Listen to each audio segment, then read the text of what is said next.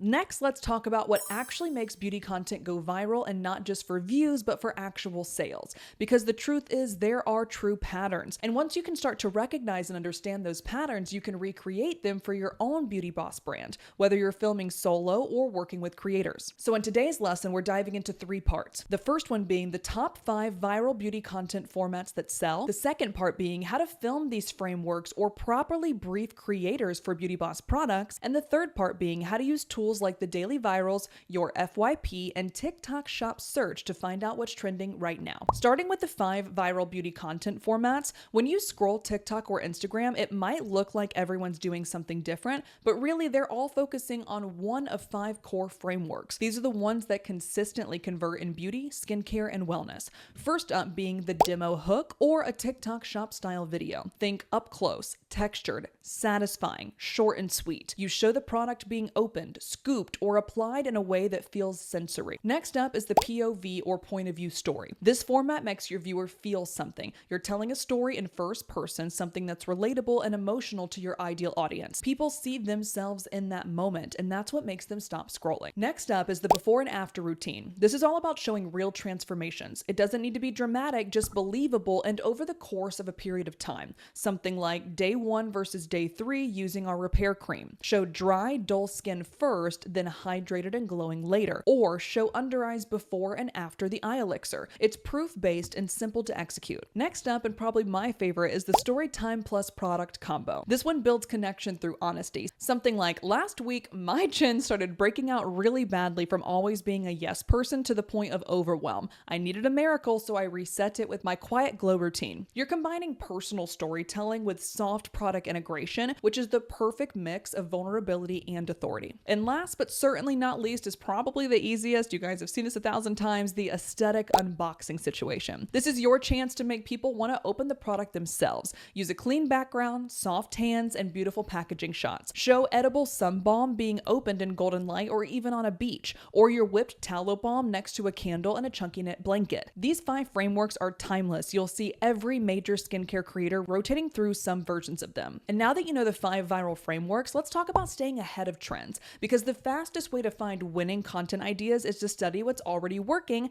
like what we did earlier in our AI brand builder modules. One place you can check out for TikTok shop products is thedailyvirals.com. There is a monthly fee for this, but I'll put my link in the description below to get your first month free. In the Daily Virals, simply scroll through the homepage or change the date range to be a little farther back, depending on how viral you are looking for the video to be. You'll see the top performing TikTok shop videos ranked by sales and engagement. Watch 10 to 15 clicks and look for patterns. What hooks do they use? What frameworks are they following? What emotions are they tapping into? How are they combining a visual hook with an auditory hook? And by the way, you guys don't have to be looking only at beauty products when you're researching, because the same framework that worked for a vacuum can actually be applied to a skin serum as well. Next up is your TikTok For You page or your Instagram Explore page. Your FYPs are built around personalized data. That's literally why it's called For You. TikTok and Instagram already know what your potential buyers love, as long as you are personally interacting with things that would make sense for your brand. If you haven't done this intentionally yet, start scrolling intentionally.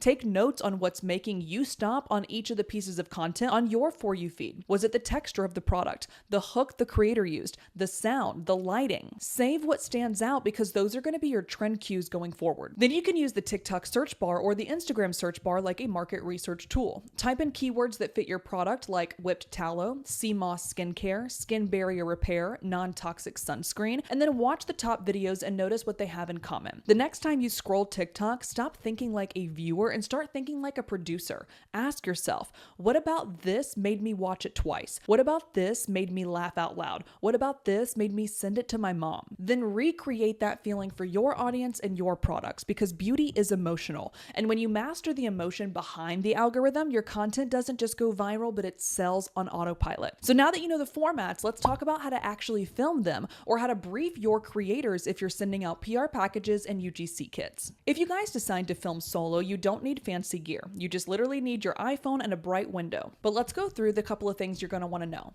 Lighting, first of all. Always film facing the light like I am today, and avoid overhead yellow tones if you can. And also, if you're able to, shoot near a window mid-morning or during golden hour. For background, neutral is going to be best. A bathroom counter, white wall, vanity, shower wall, stuff like that, and add soft props like a towel or plants to match your brand vibe. For angles, we want to keep them close and vertical. Show motion like twisting the caps, applying the balm, scooping it, rubbing it in. And if it's a texture-heavy product like whipped tallow, make the texture the star. If it's the eye elixir, focus on the cooling moment under someone's actual eyes. And if you're sending your products to creators, here's the structure to follow every time.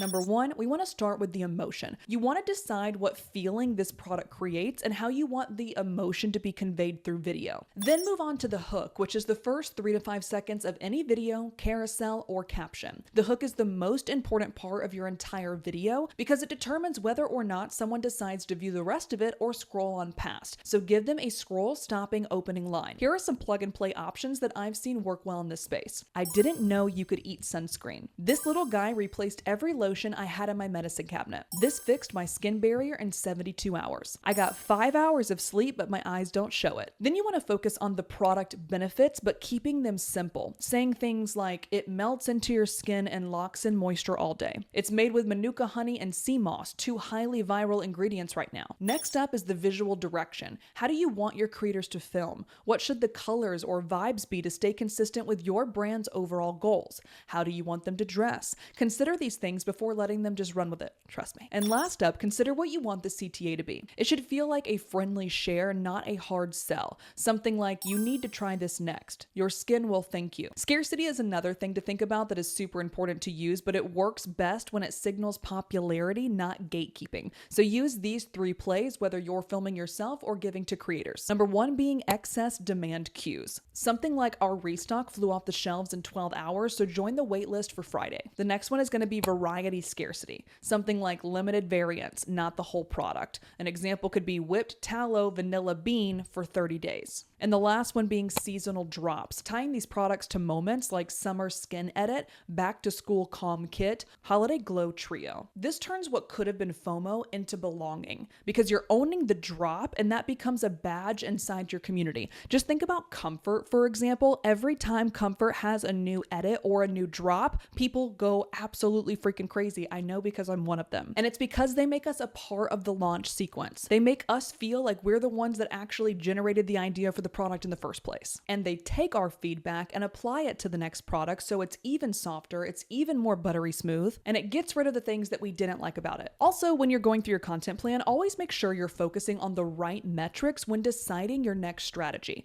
Don't chase reach, chase behavior. Here's what you can find on Beauty Boss's weekly scorecard.